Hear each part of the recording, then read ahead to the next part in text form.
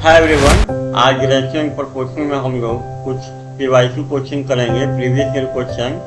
और ये जो भी प्रीवियस ईयर क्वेश्चन किया जा रहा है इसका सारा बेसिक मैंने पहले ही कवर कर दिया है। तो चलिए कुछ केवाईसी क्वेश्चन हम लोग सॉल्व करते हैं। क्वांटिटेटिव एप्टीट्यूड क्लिक में रेशियो एंड प्रोपोर्शन में आज पीवाईक्यू करेंगे, प्रीवियस ईयर क्वेश्चन। और ये प्रीवियस ईयर क्वेश्चन जो डिफरेंट कॉम्पिटिटिव एग्जाम्स में पूछा गया है, जैसे कि SBI, SSC, CGL and so on. और ये 2024-25 में जो पूछा गया है क्वेश्चन, आज उसी को सॉल्व करेंगे। तो चलिए इसको कंटिन्यू करते हैं। चलिए पहले क्वेश्चन में क्या बोला जा रहा है, Reema and Seema started a business with an investment of X and X + 4,000 for a year. दो पर्सन है, रीमा और सीमा, दोनों का इन्वेस्टमेंट दिया गया है 1 साल के लिए। इसका है ₹1 और इसका है X + 4,000, ये दिया गया है क्वेश्चन में। उसके बाद क्या बोला जा रहा है, if profit share of Reema is 2/7 less than that of Seema, find the value of X। ये कैसे करेंगे, दो पर्सन रीमा और सीमा है, दोनों का इन्वेस्टमेंट दिया गया है बाबू। रीमा का दिया गया है ₹1 और इसका दिया गया है X + 4,000। तो अगर यहाँ से हम प्रॉफिट का रेशियो निकालें, क्वेश्चन से अगर हम प्रॉफिट का रेशियो निकालें तो प्रॉफिट का रेशियो कैसे निकलता है, कितना रुपया लगाया कितने टाइम के लिए। तो बाबू देखिए यहाँ पे दोनों का टाइम बराबर है, इसका भी रीमा का भी 1 साल के लिए है, 1 ईयर के लिए है, और सीमा का भी 1 ईयर के लिए है। तो दोनों का टाइम बराबर हो गया, मतलब प्रॉफिट का जो शेयर होगा वो इन्वेस्टमेंट के बराबर होगा, क्योंकि टाइम दोनों में बराबर है। तो यहाँ अगर टाइम से आप मल्टीप्लाई करते हैं, जैसे यहाँ पे 1 ईयर में कितना महीना, 12 महीना। तो अगर यहाँ आप 12 से गुना करते हैं इसमें, और इसमें भी अगर 12 से गुना करते हैं, तो दोनों का टाइम बराबर है 1 ईयर। तो मतलब कितना रुपया कितने टाइम के लिए, तो रीमा का देखेंगे तो ₹1 12 महीने के लिए, और सीमा का देखेंगे तो X + 4,000 12 महीने के लिए। तो दोनों में अगर आप क्या बोलते हैं, टाइम से अगर मल्टीप्लाई करेंगे तो टाइम 12 से 12 कट जाएगा। तो जो प्रॉफिट का जो रेशियो आएगा वो कितना आएगा, X + 4,000, क्योंकि समय दोनों का बराबर है तो समय कटेगा, मतलब यही हमारा प्रॉफिट का रेशियो होगा रीमा और सीमा का क्वेश्चन के स्टेटमेंट के अनुसार।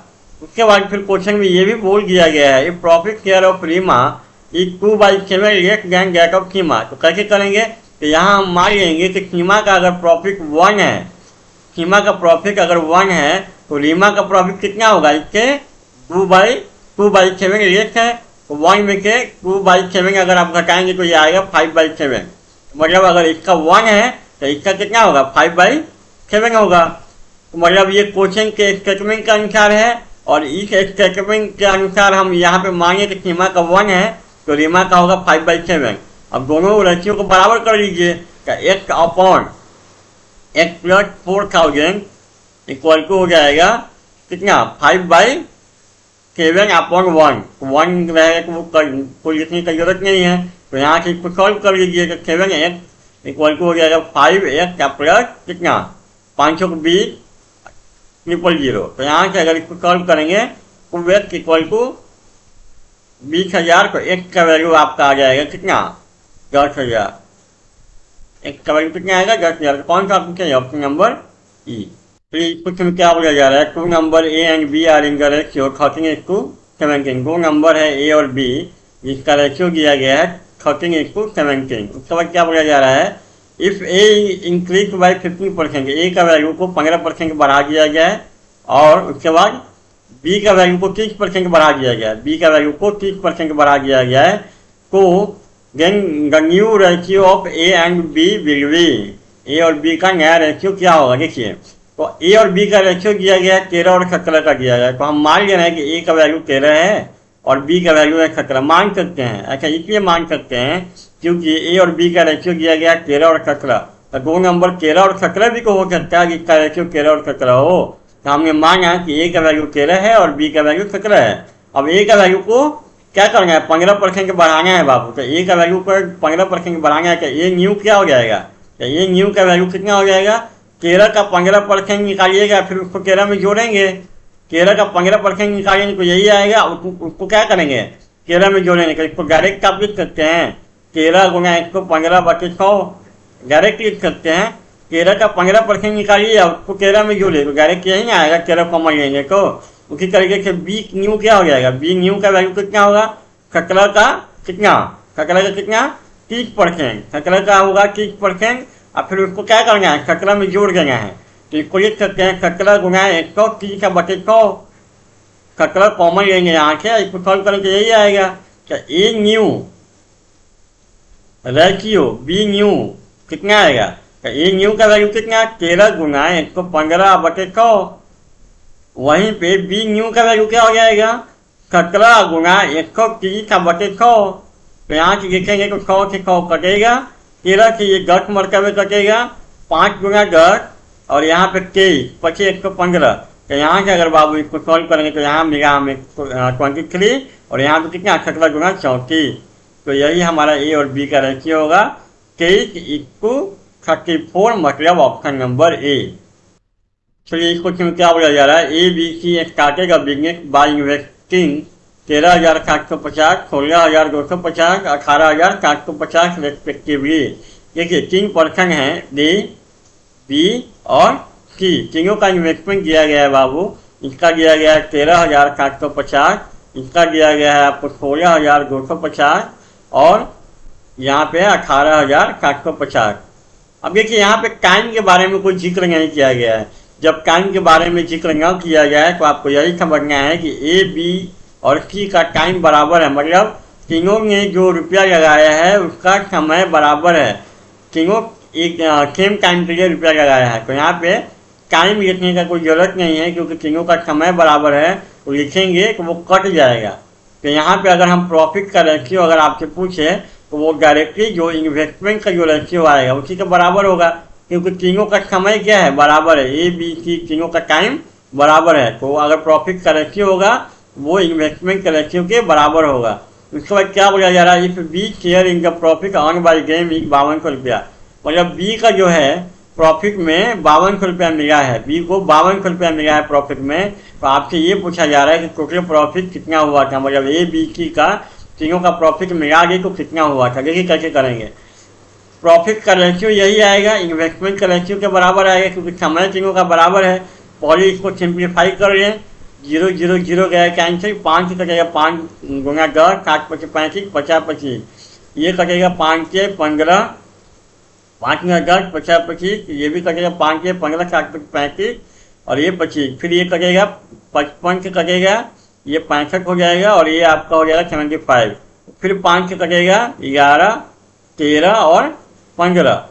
उसके बाद क्या बोला गया है, प्रॉफिट का रेशियो क्या आया आपका, प्रॉफिट का जो रेशियो आया बाबू ए बी सी का 11:13:15, यही आया हमारा प्रॉफिट का रेशियो। उसके बाद आपको ये बोला गया है कि बी का जो प्रॉफिट है वो 5200 रुपया है, ये क्वेश्चन में दिया गया है आपको कि बी का जो प्रॉफिट है वो 5200 रुपया है। मतलब यहाँ पे बी का जो प्रॉफिट है 5200, मतलब 13 का वैल्यू किसके बराबर आपको करना है, 5200 रुपया के बराबर। तो एक का वैल्यू कितना, एक का वैल्यू हो जाएगा आपका 400 के बराबर।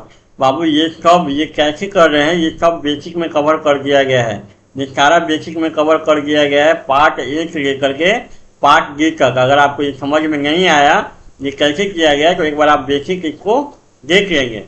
13 का वैल्यू हुआ 5200 के बराबर, तो एक का वैल्यू आया 400 के बराबर। तीनों का अगर प्रॉफिट निकालना है तीनों रेशियो को जोड़ेंगे तो 11 + 13 + 15, तो इसको अगर जोड़ेंगे तो 5 × 8 = 9, ये आएगा 39।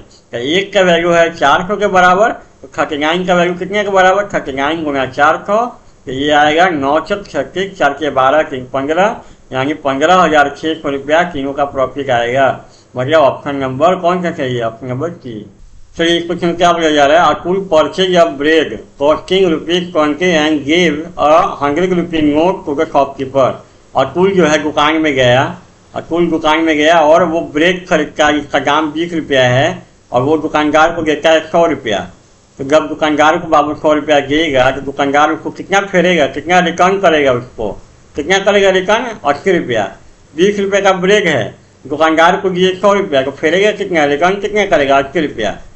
अब दुकानदार क्या करता है, दुकानदार गिव द बैलेंस जो 80 रुपया है उसको देता है क्वाइन के फॉर्म में। जो दुकानदार है उसको 80 रुपया फेरना है, वो क्वाइन के फॉर्म में देता है। क्वाइन के फॉर्म में मतलब 2 रुपये का सिक्का देता है, 5 रुपये का सिक्का देता है और 10 रुपये का सिक्का देता है। और उस कॉइन का रेशियो आपको दिया गया है। इस कॉइन का रेशियो अगर आप देखेंगे तो ये दिया गया है 5:4:1। दुकानदार को फेरना था 80 रुपया, 80 रुपया उसको रिटर्न करना था, तो 80 रुपया रिटर्न किया, लेकिन वो 2 रुपये का सिक्का दिया, 5 रुपये का सिक्का दिया और 10 रुपये का सिक्का दिया। उसका रेशियो आपको दे दिया गया है 5:4:1। देन आपसे क्या पूछा जा रहा है, then how many ₹5 coin did the shopkeeper give, मतलब 5 रुपये का कितना सिक्का दुकानदार अतुल को दिया, वही आपसे पूछ रहा है। तो इस तरह का क्वेश्चन कैसे करते हैं, इस तरह का क्वेश्चन कैसे करते हैं, ये पूरा बेसिक में आपका कवर किया गया था। ये कैसे करते हैं इसको, इस तरह का क्वेश्चन आप इस तरह का क्वेश्चन आपका बेसिक में कर दिया गया है, तो आप वहाँ पे इसको देख लेंगे। चलिए फिर से एक बार इसको कर दिया गया है। जैसे यहाँ पे कॉइन दिया गया है 2 रुपये का, 5 रुपये का और 10 रुपये का, और उसको रेशियो दिया गया है 5:4:1। तो हम कैसे करते हैं इसको, हम यही मान कर चलते हैं कि 2 रुपये का अगर 5 सिक्का रहता, जो रेशियो दिया जाता है वही हम मान लेते हैं वैल्यू। तो 2 रुपये का अगर 5 सिक्का रहता तो कितना रुपया होता, यही नहीं करते हैं हम लोग। 2 रुपये का अगर 5 सिक्का रहता तो कितना रुपया होता, 10 रुपया। 5 रुपये का अगर 4 सिक्का रहता तो कितना रुपया होता, 20 रुपया। 10 रुपये का 1 सिक्का रहता तो कितना रुपया होता, 10 रुपया। सबको अगर जोड़ेंगे बाबू कितना आएगा, ये आएगा 40। लेकिन दुकानदार को देना कितना है, 80, मतलब इस 40 को 80 के बराबर लेके जाना है। 40 को 80 के बराबर लेके जाना है, तो 1 का वैल्यू कितना, 80/40 मतलब 2, मतलब 1 का जो वैल्यू आएगा वही रेशियो में गुना करते हैं ना। ये सब बेसिक में कवर किया गया है एकदम अच्छे से इसको। तो अगर रेशियो में 2 से गुना करेंगे तो फाइंड द एक्चुअल वैल्यू, ये हमारा एक्चुअल वैल्यू आएगा। कॉइन का एक्चुअल वैल्यू के लिए हम क्या करेंगे, रेशियो में 2 से गुना करेंगे तो 5 रुपये का 2 रुपये का कै गो सिक्का हो जाएगा, 10 सिक्का हो जाएगा। 5 रुपये का कै गो सिक्का होगा, 4 × 8, 4 × 2 मतलब 8 सिक्का।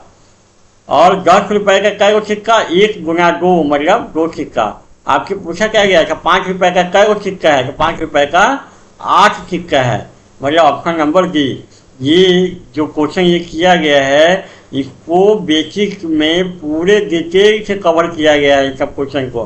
तो ये सब क्वेश्चन करने से पहले, PYQ करने से पहले एक बार आप इसका बेसिक जरूर कर लें।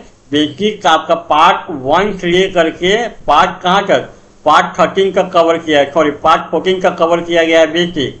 और बिगनर्स के लिए पार्ट 1 से लेकर के पार्ट D तक, ये पार्ट A के पार्ट D को बिल्कुल आसान है, मतलब जिन्होंने ratio and proportion just start किया है उनके लिए पार्ट A से पार्ट D, और ये सब कोचिंग का बेसिक पार्ट 1 से लेकर के पार्ट 14 का कवर कर दिया गया है। तो PYQ करने से पहले ये सब पार्ट अगर आप कवर कर लेते हैं तो ये सब क्वेश्चन में कोई दम नहीं है, एकदम इजी वे में आप इसको सॉल्व कर सकते हैं। तो आज के क्लास में इतना ही, थैंक यू।